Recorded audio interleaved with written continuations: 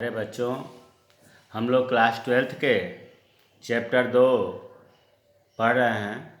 कल हम लोग पढ़े थे जनसंख्या वितरण को प्रभावित करने वाले कारक, और ये लेक्चर 7 है।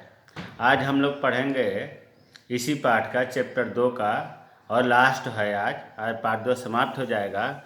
तो आज जो हम लोग पढ़ेंगे उसका नाम है जनांकिकीय संक्रमण सिद्धांत। नाम तो टेढ़ा है, लेकिन इसके अंदर कुछ है नहीं और आसानी से याद भी हो जाता है। जनांकिकीय संक्रमण सिद्धांत क्या है? इस सिद्धांत का उपयोग किसी क्षेत्र की जनसंख्या के वर्णन तथा भविष्य की जनसंख्या के पूर्वानुमान के लिए किया जाता है।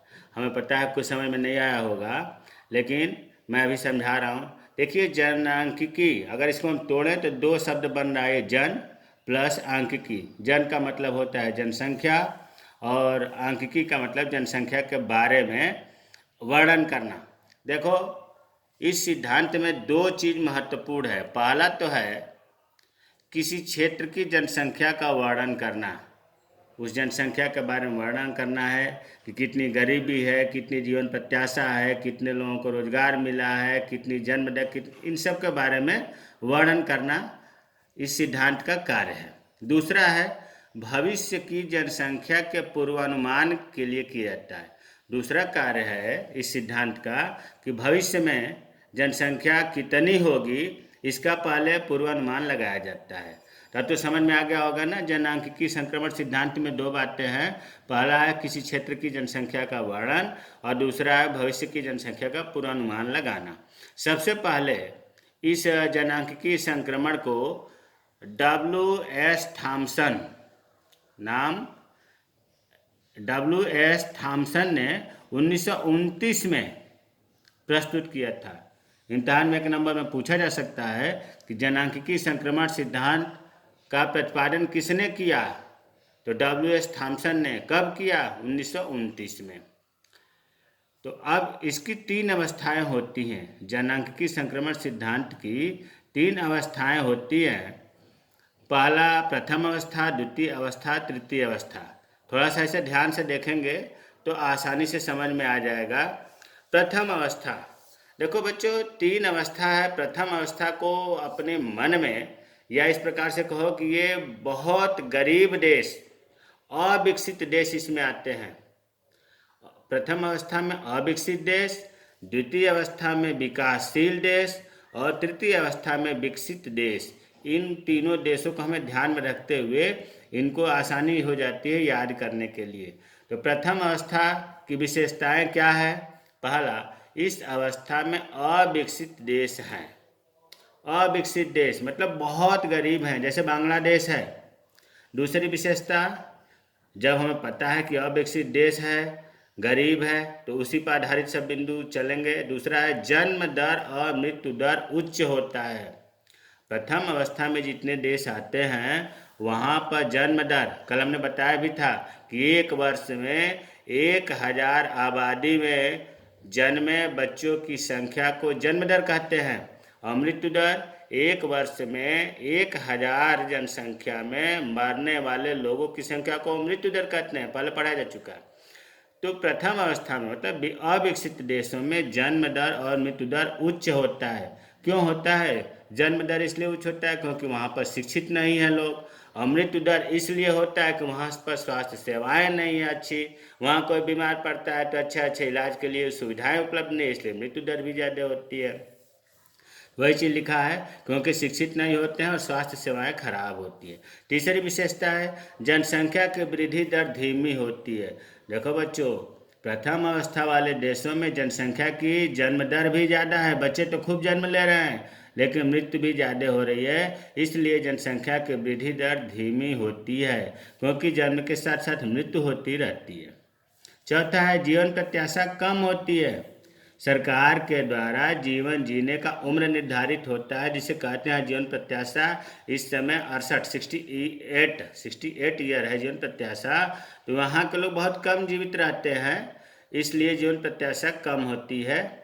पांचवा है अशिक्षित लोग होते हैं, पढ़े लिखे लोग नहीं होते हैं प्रथम अवस्था वाले देशों में। तकनीकी ज्ञान, टेक्नोलॉजी तो है ही नहीं या नाम मात्र का है। खेती लोग ज़्यादा करते हैं। तो अब प्रथम अवस्था आपको याद हो गया होगा कि इसमें अविकसित देश है, यहाँ पर जनसंख्या वृद्धि दर धीमी गति से होती है, जीवन प्रत्याशा कम होता है, शिक्षित लोग होते हैं, तकनीकी ज्ञान कम होता है, खेती करते हैं, जन्म दर मृत्यु दर उच्च होता है। अब आते हैं द्वितीय अवस्था। द्वितीय अवस्था का मतलब विकासशील देश। ये मतलब प्रथम अवस्था से थोड़ा सा इनमें सुधार हुआ है, लेकिन तृतीय अवस्था में नहीं पहुँचे हैं। भारत जो अपना देश है इसी श्रेणी में आता है विकासशील देश में। और कौन कौन से देश हैं? भारत है, श्रीलंका है, केन्या है, तमाम देश हैं जो विकासशील में हैं। विकासशील का मतलब है कि यह जो है हर चीज़ में विकास कर रहे हैं, विकसित नहीं हुए हैं। दूसरा विशेषता है प्रारंभ में उच्च प्रजननशीलता होती है। शुरू में जनसंख्या वृद्धि होती है, लेकिन बाद में शिक्षित होने के कारण कम होती रहती है। देखो बच्चों, भाई अविकसित से ही तो विकासशील बने हैं। तो इसमें जो आते हैं देश विकासशील में, शुरू में तो यहाँ जनसंख्या बहुत तेज़ी से बढ़ती है, लेकिन धीरे धीरे जैसे लोगों का शिक्षा का सुधार होता है वैसे वैसे जनसंख्या शिक्षित होने के कारण कम होती रहती है। तीसरा है स्वास्थ्य सेवाओं में सुधार होता है। सुधार जो पहले यहाँ बिल्कुल नहीं था, खराब था, उससे कुछ यहाँ स्थिति अच्छी हुई है।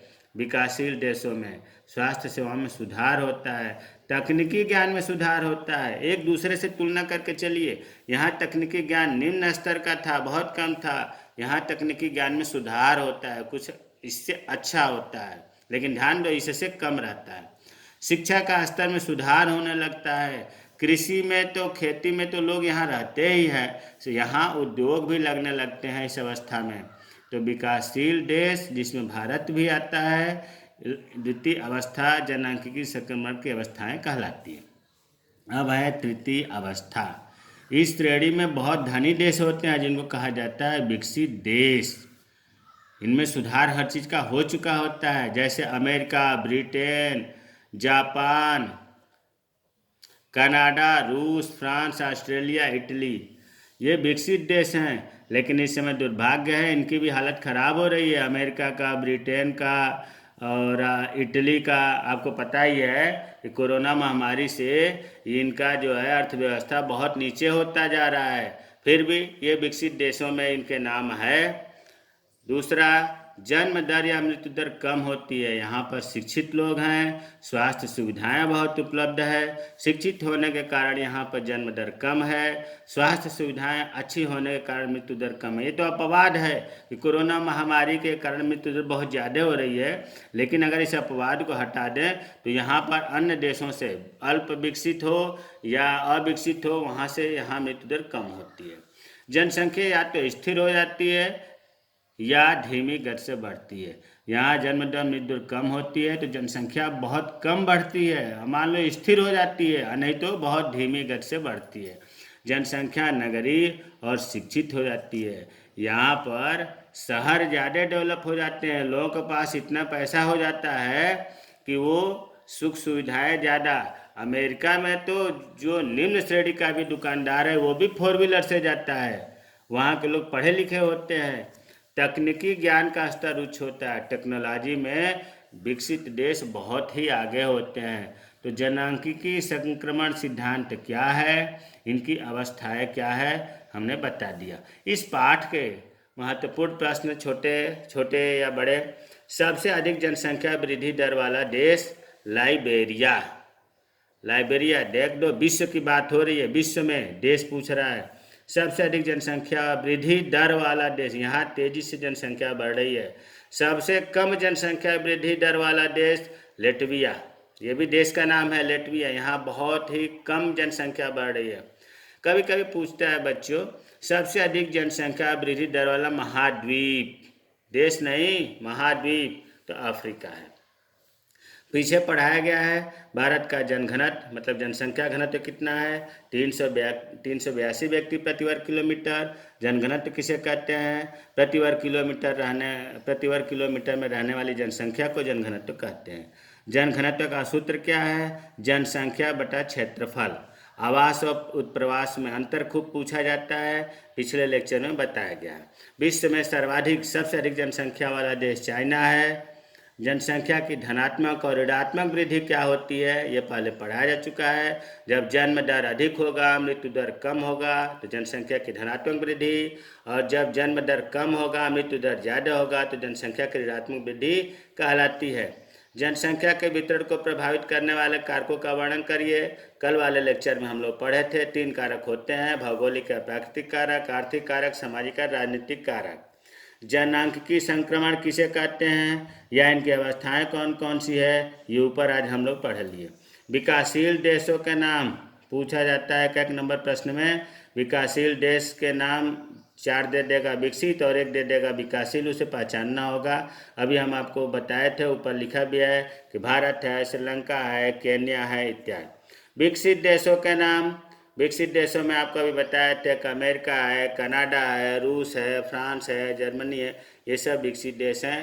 तो आज जो जनसंख्या का पाठ था दूसरा, वो समाप्त हुआ।